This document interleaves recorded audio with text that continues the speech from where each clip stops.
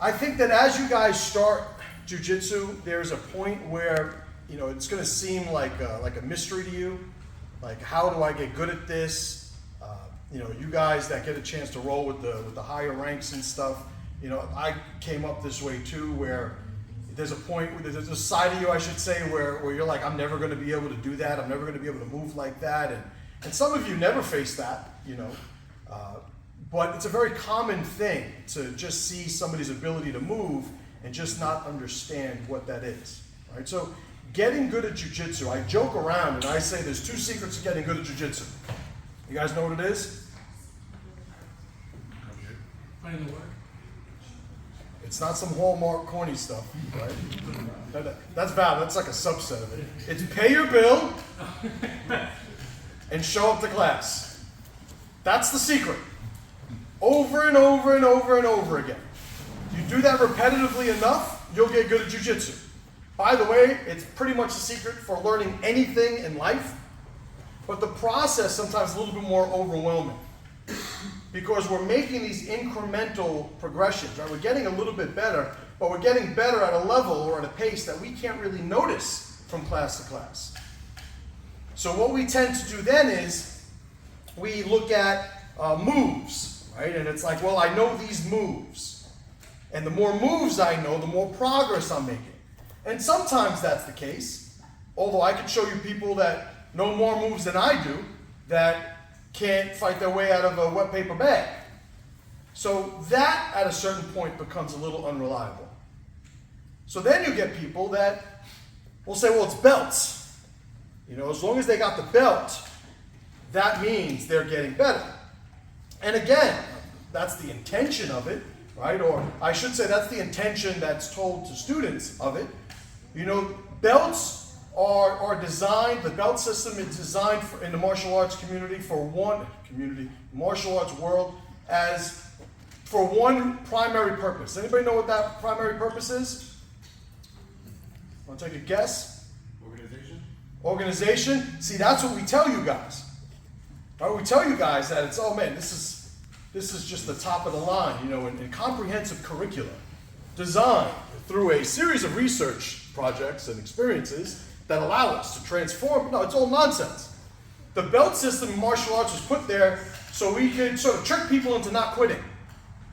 Say, oh man, you're close to that new belt. That means absolutely nothing, but you're so close to it.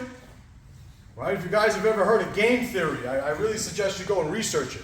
Like how we can sort of put control in your minds so that you just keep doing the thing. Now, obviously, that could be used for good purposes or not so good purposes, but that's what it's there for, right? We have less belts in the jungle gym than almost every other martial arts school you'll find, right? So it's white, green, black.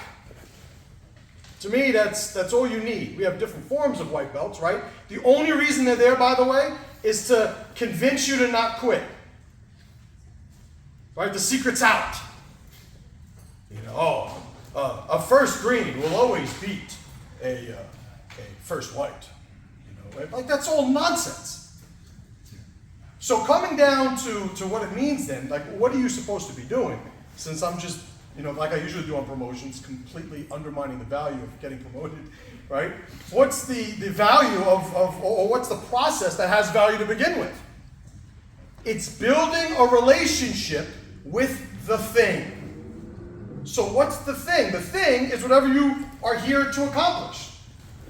Right? Some of you guys, you want to win tournaments. That's fine. Some of you guys want to be able to protect yourself in the street. That's fine. Some of you guys want to not have a heart attack and the gym's too boring. That's fine.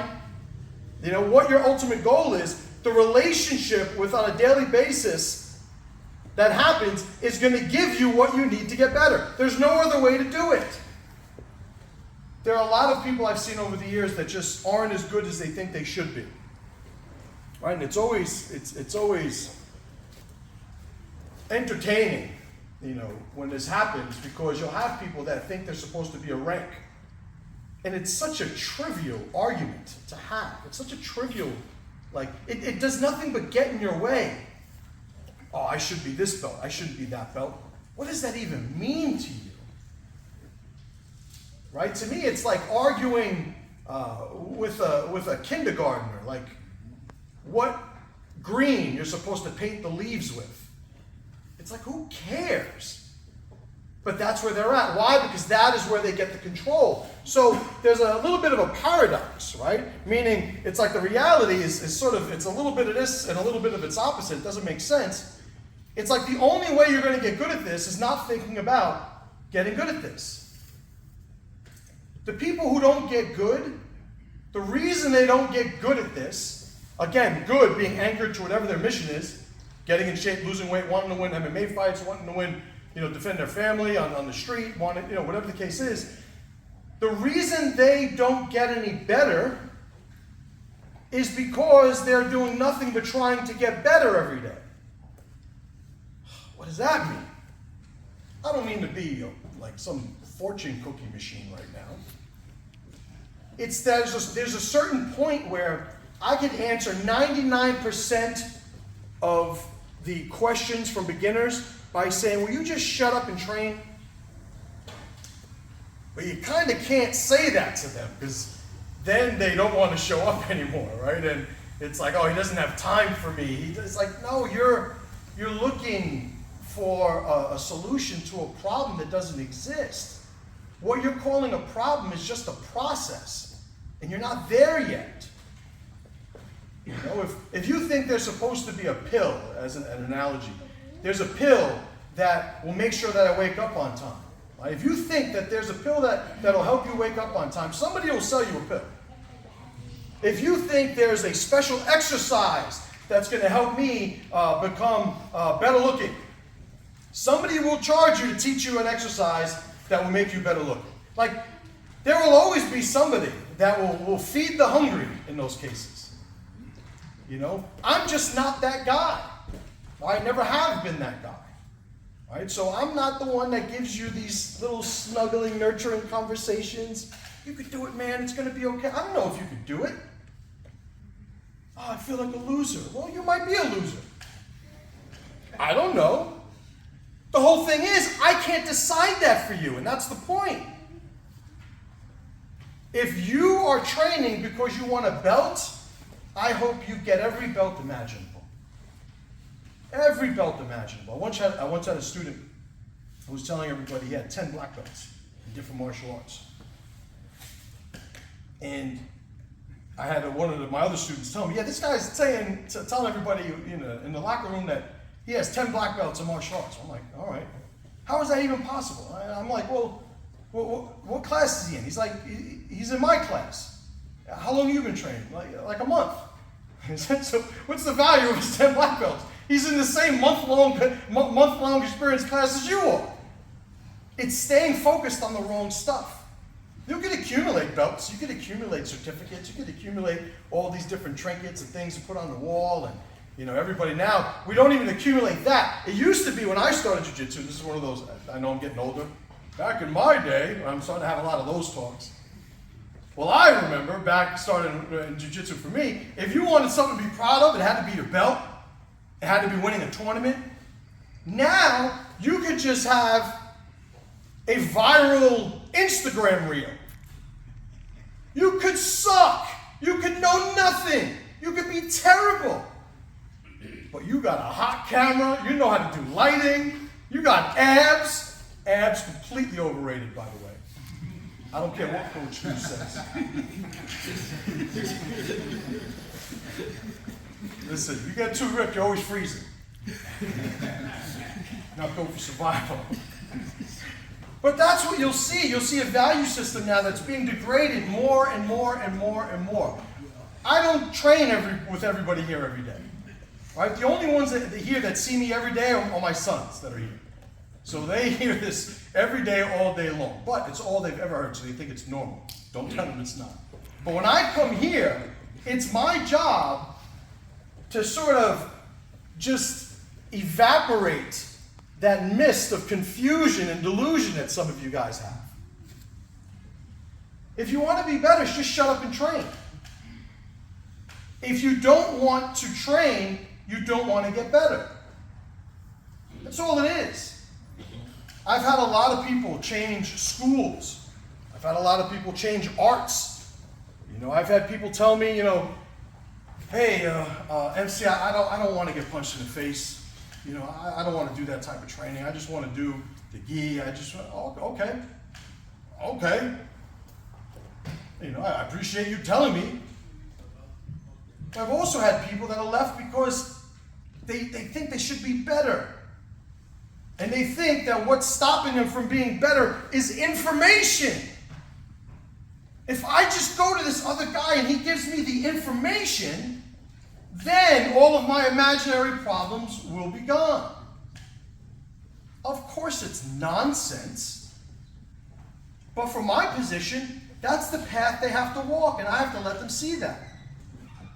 So I guess the value of what I'm trying to share to you guys now is don't get in your own way when it starts getting difficult. Don't look for some secret information that people are hiding from you. You know, even some of the more basic, you know, I don't know how to pass the guard. Well, did you ever learn how to pass the guard? Well, no. So then why would you, why is that a problem then? Well, you have to show up to a class where they're teaching how to pass the guard. It's like, sure, if you do anything live, you're going to run into problem after problem of you not knowing stuff. And eventually you'll find a curriculum or you'll take a lesson with somebody where you'll get that information, but there should be no frustration. You're supposed to suck in the beginning.